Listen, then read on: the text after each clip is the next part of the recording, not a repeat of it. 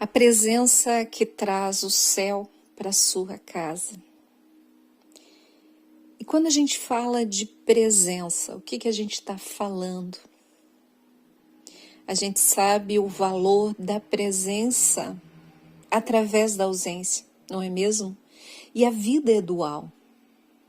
Quantas vezes você estava do lado de alguém que você ama, não estando ali presente, e de repente você perde essa pessoa se vai, essa pessoa vai para o outro lado da vida, e você sente uma falta, um vazio existencial, e você fica se culpando por todas as vezes que você estava com essa pessoa e não deu a ela a atenção que ela merecia. E quando a gente fala de céu, a gente fala de um estado de viver. A gente pode viver de duas formas. A gente pode viver o céu e o inferno na nossa vida. O céu é quando nós somos resilientes, reflexivos. O inferno é quando nós somos reativos. Sabe aquele bateu, levou? É por aí mesmo. Então, o céu é quando nós não julgamos as coisas que nos acontecem, porque em tudo há uma pedagogia e em tudo há um ensinamento. Porque quando a gente julga muito fortemente, e principalmente o outro, quando nós julgamos esse outro, a gente não está trabalhando a empatia. Por quê? Porque esse outro, ele só sabe dar aquilo que está dentro dele. Se ele soubesse ser diferente, ele seria. Então, só por isso nós não devemos julgar esse outro. E quantas coisas aconteceram na nossa vida que nós julgamos ser negativa, e depois de um tempo você fala assim, meu Deus, se isso não tivesse acontecido, eu não estaria aqui. Então, quantas coisas na nossa vida são negativas e depois de um tempo se tornam positivas, e é aquela frase, Deus escreve certo em linhas tortas. E toda a nossa preocupação com os nossos filhos, com os nossos adolescentes, vem de uma ansiedade exacerbada de querer controlar todas as coisas, porque a mente não sabe lidar com a insegurança. E quando a gente tem um filho, quando a gente tem uma criança, a gente não vem com manual de instruções, né, gente? A gente vai fazendo e vai repetindo de acordo com aquilo que aprendemos dos nossos pais. Então somos uma cópia dos nossos pais e os nossos filhos são uma cópia nossa, não é assim? E assim a gente vai copiando de geração em geração. E a gente tem aquela necessidade de controlar, será que ele vai ser um bom homem? Será que ela vai ser uma boa mulher? Como eu tenho o controle de todas as coisas? Mas a gente precisa entender que essa necessidade de controle é uma necessidade da mente. A mente necessita de controle. E a mente, por natureza, ela é negativa para a preservação da vida. Então, nós temos em torno de 70 mil pensamentos diários, e quase todos eles são negativos, né? Não existe, gente, pensamento positivo. Existe o pensamento impositivo, quando nós impomos sobre nós mesmos algumas coisas. Eu vou dar um exemplo para vocês. A mente fala assim, não vai dar, não vai dar, não vai dar, não vai dar certo. E você fica discutindo com a sua mente, vai dar, vai dar, vai dar. Então é aquela discussão interna com a nossa mente, que dentro do autoconhecimento a gente chama a mente de diabo. O que é o diabo? Pela etimologia da palavra, diabo é diabolos, aquele que divide, aquele que nos rouba da essência. Por quê? Porque a essência é aquela voz aqui dentro que nos dá a certeza da fé. é quando a gente acredita nas coisas que nós esperamos. A fé não é isso? A certeza das coisas que se esperam. A nossa mente não. A nossa mente, qual que é o papel dela? Ela pega tudo que de pior possa acontecer na nossa vida, transforma em pensamentos negativos para que a gente vá treinando, e se um dia acontecer, a gente já esteja treinado para isso. Só que quando a gente entende que a mente é assim, a gente para de se preocupar tanto. E como paramos de nos preocupar tanto? Porque quando isso vira consciente é quando a gente tem ciência que a mente funciona dessa forma. A gente passa a observar os nossos pensamentos e a gente passa a escolher os nossos pensamentos assim como escolhemos as roupas para vestir e os alimentos para comer. Então a gente começa a ser o observador de si. Então a gente sai do inferno, que é a reatividade, e vai para o céu, que nos traz a consciência.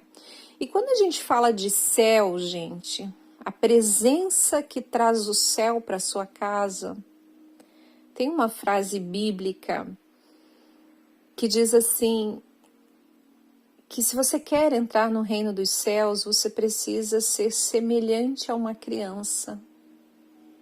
E o que é uma criança, gente? Você já parou para pensar? E a frase do Pequeno Príncipe que diz assim, todos nós fomos crianças um dia, mas muitos de nós esquecemos disso. Certo dia eu estava no consultório atendendo um rapaz que o sonho dele era fazer faculdade de educação física, e ele tinha 30 anos, e ele já se achava velho para começar a faculdade, e ele queria muito desistir, porque para ele estava sendo muito difícil, ele não estava dando conta. Eu disse a ele, você lembra quando você era criança? Certamente não. Você lembra quando você aprendeu a andar? Você caía e levantava 1000 vezes, mas você não desistiu até aprender a andar. Assim foi para você aprender a falar, a escrever, a amarrar o seu cadarço, aprender a comer, aprender a mastigar, a engolir. Então, gente, tudo na vida é assim, o corpo aprende por repetição. Então, o que é uma criança? Por que Jesus dizia que precisávamos ser como uma criança? Porque a criança, ela é conectada à sua essência. A essência, ali na essência, tem a potencialidade pura. Por exemplo, você quer uma banqueta, certo? A gente sabe que isso é uma banqueta porque nós aprendemos que isso é uma banqueta. Uma criança pequenininha, talvez ela não saiba que isso é uma banqueta. E por ela não saber que isso é uma banqueta, ela faz disso um trampolim. Ela se esconde embaixo, ela faz uma cabana. Então, o conhecimento pode nos distanciar da nossa essência. Quando eu falo de conhecimento, é eu ter uma definição de tudo na vida. Isso é isso, isso é aquilo. E isso nos tira do mundo das possibilidades. Quando eu não sei o que certa coisa é, isso me permite a ter acesso a diversas possibilidades. E quando a gente fala da presença que traz o céu para nossa casa, a gente está falando de pais presentes. Não só de corpo, mas de alma. Porque se o seu corpo estiver aqui e a sua mente estiver em algum outro lugar, você não está aqui de corpo e alma. E esses dias eu gravei um Reels no meu Instagram. E o Reels dizia assim, sabe aquelas vezes que você esquece se fechou a porta ou não, se ligou o alarme ou não. Não é porque você está esquecido, mas é porque você não estava lá. Só o seu corpo estava lá, sua mente estava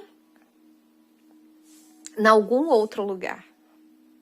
Então, praticar o estado de presença nos faz nos conectar com o agora. Porque Deus só se encontra no agora. Como que a gente sente Deus? Como nós temos uma experiência com Deus na nossa vida? É através dos 5 sentidos. Porque a gente tem o nosso mundo físico e o nosso mundo mental. Quando a gente está no mundo mental, não importa onde nós estivermos, eu posso não estar bem. Eu posso estar lá em Fortaleza, de frente para o mar, com as pernas cruzadas, os braços para o alto, aquele mar lindo, e a minha mente um turbilhão, meu coração angustiado. Por quê? Porque nós achamos que somos a nossa mente. A gente acha que é a nossa mente. E, na verdade, nós não somos os nossos pensamentos. E uma coisa muitíssimo importante é a gente entender que, a partir do momento que a gente pensa qualquer coisa, e o pensamento por natureza ele é negativo, o pensamento é que outorga o nosso corpo a secretar na nossa corrente sanguínea hormônios relacionados àquele pensamento. E aí que nasce a depressão. Aí que nasce a ansiedade. A ansiedade é um vício de pensar. A depressão é um olhar para dentro. E os nossos adolescentes, eles estão sim com um maior índice de depressão. Por quê? Isso é fisiológico do adolescente. O adolescente, ele secreta na corrente sanguínea menor quantidade de dopamina do que um ser humano adulto. E o adolescente também, ele não tem, o nosso cérebro, ele cresce até aproximadamente 21 anos. Um adolescente, o cérebro dele está crescendo ainda e ele não tem formado completamente o neocórtex frontal, que é responsável pelas decisões e pelo stop na nossa vida. Então, o adolescente ele tem dificuldade de saber o parar. Então, tudo para ele é muito. Ele não sabe, ele começa a jogar e ele não sabe a hora de parar. E as decisões do adolescente são tomadas pelo sistema límbico. Nós temos aqui em cima uma glândula chamada amigdala. Ela é a central telefônica do nosso corpo. Ela que dá as informações para as nossas glândulas suprarrenais produzir os hormônios do medo. Então, no adolescente, essas decisões são tomadas à flor da pele. Por quê? Porque ele não tem o neocórtex formado ainda. Então, ele ainda não tem freio. Então, o adolescente precisa de um adulto que dê a ele as regras do que é certo, do que é errado, do tempo, porque ele ainda não tem essa percepção muito clara e ele não sabe onde ele tem que parar, ele não tem freio. E ele é impulsionado, ele tem maior impulso sobre as coisas, ele é reativo, ele não é reflexivo. Só que a gente precisa entender que as nossas crianças, os nossos adolescentes, eles aprendem muito mais por ações do que por palavras. Não é o que você fala para o seu filho, e sim o que você faz. Eu vou dar exemplo aqui de um pai que vai no restaurante, em vez de pegar um guardanapo, pega 10, 15 guardanapos. E depois fala para o filho que ele precisa ter responsabilidade ecológica, porque o guardanapo é feito, o papel é feito da madeira, da celulose. Então, assim, não é o que você fala, é o que você faz. É o tempo de banho que você leva embaixo do chuveiro. É os resíduos que você deixa no seu prato, né? A comida que você joga fora. o jeito com que você se relaciona com a vida e com as coisas, como você vai trabalhar todos os dias, com mau humor, com gratidão. É o jeito que você lava a louça, é o jeito que você faz café.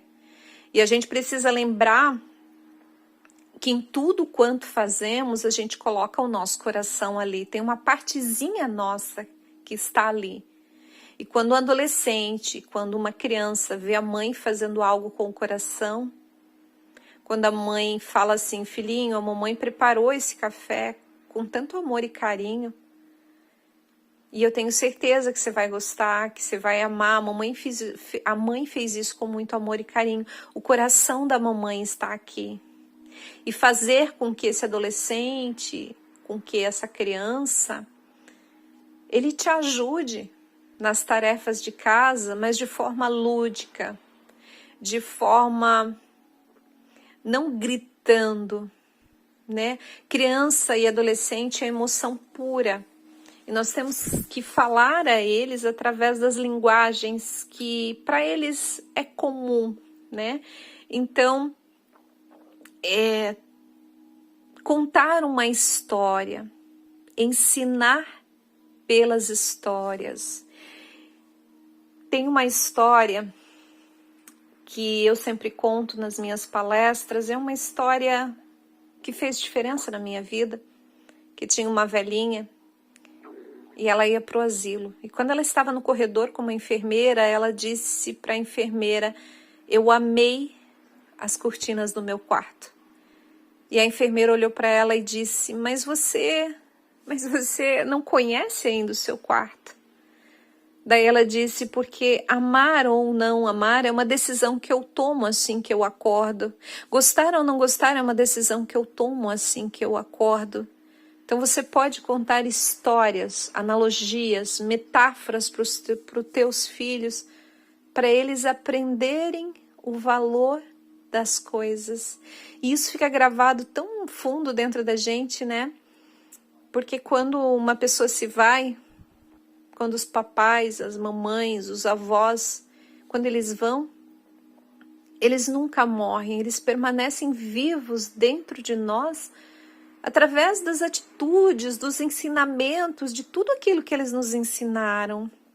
Não é assim? A fé que eu tenho. Quanta coisa eu faço diariamente e eu lembro da minha avó. E isso me traz alegria, me traz felicidade. Sempre a morte nos traz saudade, né?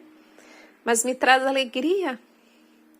Porque muito do que eu sou e tudo que nós somos, aqui dentro, gente, é dentro de você, corre o DNA da sua mãe, do seu pai, da sua avó, do seu avô. E perguntaram um dia para Freud, quando eu devo me preocupar com o mental do meu filho, com o estado mental do meu filho? Freud disse, desde a gravidez. Por que desde a gravidez? Porque tudo que a mãe sente passa quimicamente para o feto. Tudo que a mãe sente passa quimicamente para o feto. Então, se a mãe é estressada, se a mãe é toda apavorada, preocupada, o que acontece? Ela está secretando na corrente sanguínea dela hormônios de pavor, hormônios de medo. Isso tudo passa para a criança através do cordão umbilical. E daí a criança nasce já com essa predisposição. Então tudo isso vai criando nessa criança, nesse adolescente, um programa, né? Então, e o que esse programa fala? Esse programa é aquela vozinha interior que fala o que a gente deve ou o que a gente não deve fazer. Sabe assim, quando você vai fazer uma coisa e você ouve a voz da sua mãe lá no fundo dizendo assim, isso é feio, minha filha, isso não se faz. Eu vou dar o exemplo, tinha uma menina que ela conheceu uma pessoa num lugar, uma mulher, né? uma moça, e os dois conversaram, trocaram telefones. Só que ele, depois que eles saíram, eles estavam num bar, ele não ligou para ela. Só que ela gostou muito dele. Daí passou uma semana, passou 2, e ela pegou o celular para ligar para ele, e ela pensou assim, ele deve ter perdido o meu número, vou ligar para ele. Só que quando ela pegou o telefone para ligar para ele, ela escutou uma vozinha interna assim: mulher não corre atrás de homem. E ela não ligou para ele. O que é essa vozinha? Essa vozinha é o nosso programa. Então todos nós temos um programa aí dentro que foi arquitetado, né, que foi construído através das nossas experiências, de tudo aquilo que papai e mamãe nos disseram. E esse programa é o que rege a nossa vida, os nossos pensamentos. Então, assim, tem comportamentos que a gente não consegue mudar na gente porque estão enraizados neste programa. Por isso que existe a reprogramação mental, que ela tenta modificar esse programa, né? E isso a gente faz lá no consultório. Então, assim, gente, como a gente traz o céu para nossa casa através da presença? Praticar o exercício do aqui e agora. E quando eu falo que nós encontramos Deus através dos 5 sentidos, é o que eu estou vendo, o que eu estou sentindo, qual é o cheiro, quais são as luzes, como está a temperatura da minha mão, como está a temperatura do meu pé. Então, quando comer com seu filho, qual o sabor que esse alimento tem no meu paladar, quanto tempo esse sabor permanece na boca. Então a gente pode viver a vida de 2 formas, tomando café de qualquer jeito, gritando, sempre no automático, não prestando atenção em nada, correndo o risco de sofrer acidentes, sempre resolvendo atividades urgenciais, porque quando a vida não é programada, quando nós não programamos a vida, quando a vida não é programada, o que acontece? A gente já vive apagando incêndio. Vou dar um exemplo para vocês. Existem 2 tipos de atividades: as urgentes e as importantes. A maioria da população fica sempre nas urgentes. Por exemplo, ir para academia é urgente ou é importante? Ir para academia é importante. Mas muitas vezes a gente não vai, a gente não faz exercícios físicos. Mas um dia, talvez o médico fale para você que você precisa ir urgente para academia. Então, ela deixa de ser importante e torna-se urgente. Então, as atividades urgentes são aquelas das quais somos reféns. E as atividades importantes são aquelas que nós decidimos fazer ou não. Então, quem sempre fica nas atividades urgentes não tem tempo de organizar a sua vida para as atividades que são importantes. Então, a vida precisa ser organizada.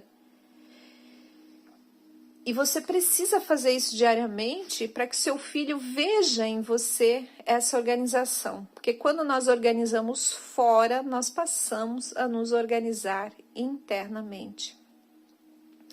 Então, através da presença, a gente traz o céu para nossa casa. Quando a gente sai dos estados auxiliares da mente, o futuro que vem com a ansiedade, o passado que vem com a culpa. E o que é a culpa, né? A pessoa que fez determinada coisa, por exemplo, às vezes você fez uma coisa quando você tinha 18 anos e hoje você não faria mais. Então, só por isso, você deve deixar de se culpar.